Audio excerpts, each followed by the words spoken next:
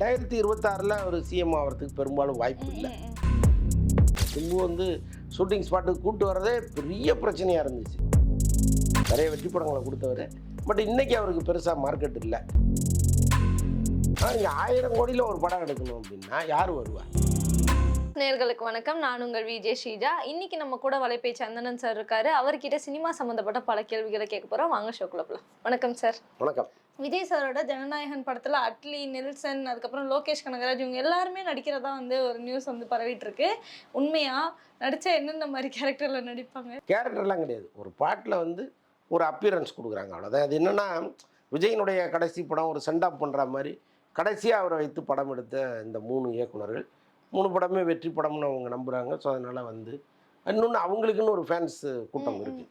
இப்போ ஒரு டைரக்டருக்கும் ஒரு கூட்டம் இருக்கும். அந்த மாதிரி இவங்களுக்குன்னு ஒரு பெரிய கூட்டம் இருக்குது. ஸோ அவங்களுடைய விருப்பத்திற்கு இணங்க வராங்க படத்துக்கு. Okay sir. இப்போ தாவேக்காக்கு நிறைய சப்போர்ட்டர்ஸ் தமிழ்நாட்டில் எந்த சைட் பார்த்தாலும் இப்போ சோஷியல் மீடியா தான் மெயின் ஒரு ஸ்ட்ரீமாக இருக்குன்னு வச்சுக்கோங்களேன். அதில் முக்கால்வாசி பேர் தாவேக்கா சப்போர்ட்டர்ஸாக தான் இருக்காங்க.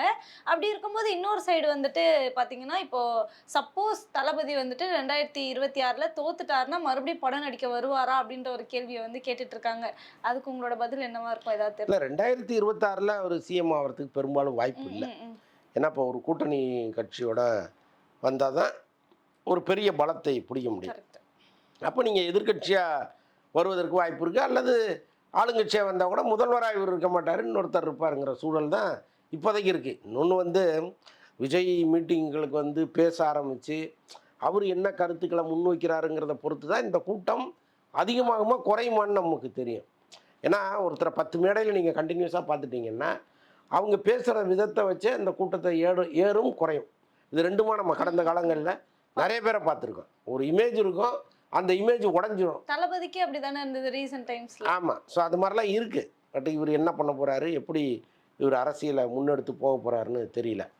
ஆனால் 2026 இவர் நிச்சயமாக முதலமைச்சர் பதவியில் உட்கார முடியாதுங்கிறது தான் அரசியல் வல்லுநர்களுடைய கணிப்பாக இருக்குது. அப்போ 2031 அதுக்கப்புறம் தேர்தல் 2029 வந்துடும். ஏன்னா ஒரே நாடு ஒரே தேர்தலில் 3 வருஷத்தில் எலெக்ஷன் வந்துடும்.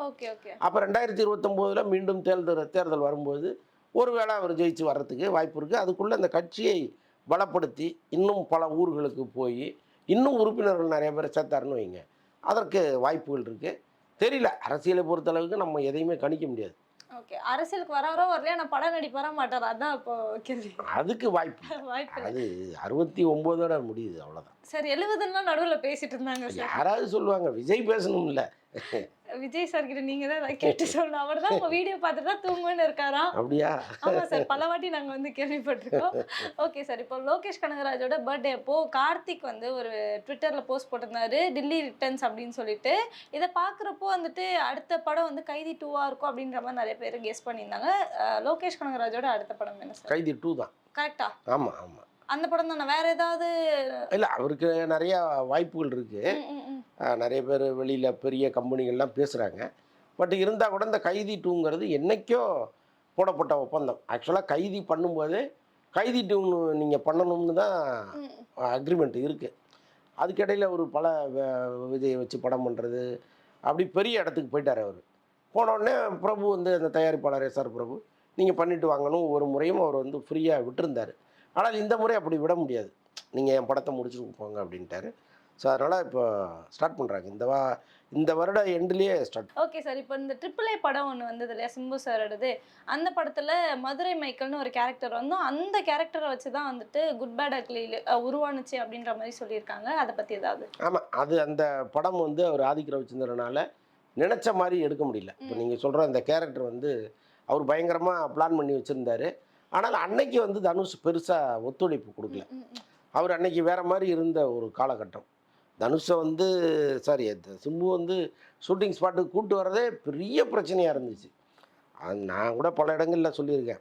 ஒரு சன்ரைஸ் ஷாட்டு படத்தில், சன்ரைஸ் ஷாட்னா எப்போவும் காலையில் 5 to 6 தான் எடுக்கணும். அப்போ தான் சன்ரைஸ் வரும், இந்த சில் அவுட்டில் எடுக்கலாம் நல்லாயிருக்கும். ஸோ அப்படி ஒரு ஷாட்டு எடுக்கணும்னு பிளான் பண்ணாங்க. ஆனால் 11 மணிக்கு முன்னாடி சிம்பு எந்திரிச்சதே கிடையாது. அப்போது அந்த காட்சியை எடுக்கவே முடியல. அப்போ சிம்புட்ட என்ன பண்ணாங்க, உங்கள் வீட்டு மொட்டை மாடியிலே நாங்கள் எடுக்கிறோம், நீங்கள் இதுக்காகலாம் வர வேண்டாம், நீங்கள் தூங்கி எழுந்துச்சு வந்தால் போதும், தூங்கி எந்திரிக்கிற டயத்தை மட்டும் கொஞ்சம் முன்னாடி வச்சுக்கிங்க, உங்கள் வீட்டு மொட்டை மாடிலே எடுத்துக்கிறோம்னு மொத்த யூனிட்டும் வந்து நின்றுடுச்சு. அப்போ கூட சிம்பு 10 மணிக்கு தான் வந்தார். ஸோ அப்படி தான் வந்து அந்த படத்தை ஆதிக்க ரவிச்சந்திரன் எடுத்தார். அதனால் வேறு வழி இல்லாமல் அந்த கேரக்டரை அவர் உள்ளுக்குள்ளே அடடா ஒரு நல்ல கேரக்டர் நம்ம இப்படி சாவடிச்சிட்டோமே நினச்சிட்டே இருந்தார். கரெக்டாக அஜித் வந்தோன்னா அதுக்காக அதெல்லாம் ரெடி பண்ணி போட்டு அதுதான் பண்ணிகிட்ருக்காங்க. Okay sir. இப்போ சிம்பு சாரோட பர்த்டே அன்னைக்கு வந்துட்டு 3 படத்தோட அப்டேட் ஒன்று வந்திருந்தது. அந்த 3 படத்தோட அப்டேட்டுமே வந்துட்டு எப்போ பண்ணுவாங்க அப்படின்ற மாதிரி தான் ஃபேன்ஸ்லாம் வெயிட் பண்ணிட்டு இருக்காங்க. ஆனால் இப்போ கரண்ட்டாக என்ன பண்ணிட்டு இருக்காரு, அடுத்த படம் என்ன ரிலீஸ் ஆகும்? கரண்ட்டாக காசாகிரான் விளம்பரத்தில் நடிச்சிட்டு அதில் பார்க்குறதே ரொம்ப சந்தோஷமா இருக்கு. நீங்கள் பெரிய சிம்பு ரசிகா இருப்பீங்க போல இருக்கு. அப்படி இல்லை சார், அப்படியே சாமிங்காக இருக்கும்போது எந்த பொண்ணுக்கு எந்த பசங்களுக்கு தான் பிடிக்காது சொல்லுங்க. ஓகே, நல்லா இருக்கு நிஜமா, அந்த ஆடு ரொம்ப நல்லா இருக்கு.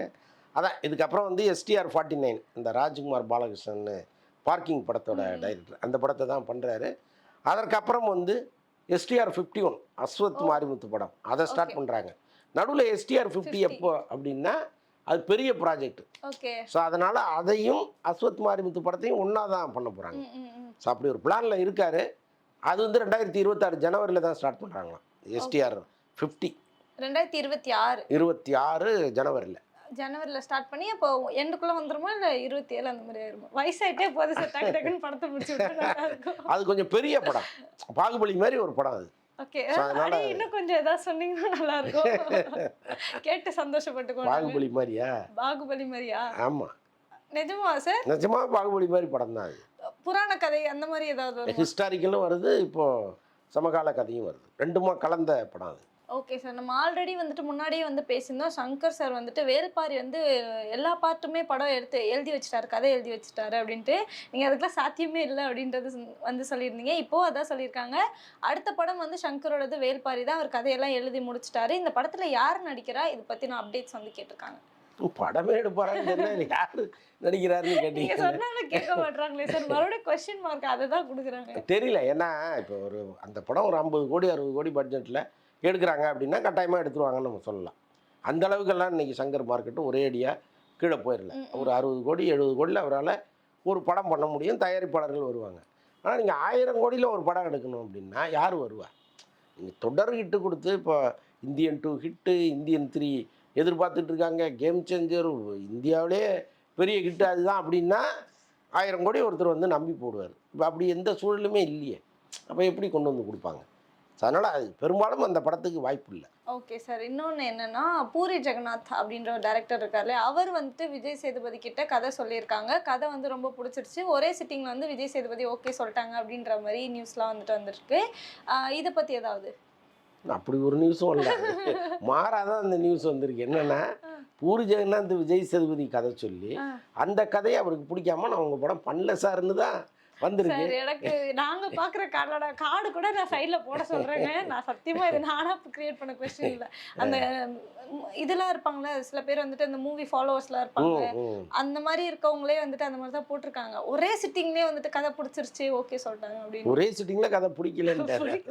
அவர் தெலுங்குல வந்து ஒரு மணிரத்னம் மாதிரி ஒரு டைரக்டர் பூரி ஜெகநாத், நிறைய வெற்றி படங்களை கொடுத்தவர். பட் இன்னைக்கு அவருக்கு பெருசாக மார்க்கெட் இல்லை.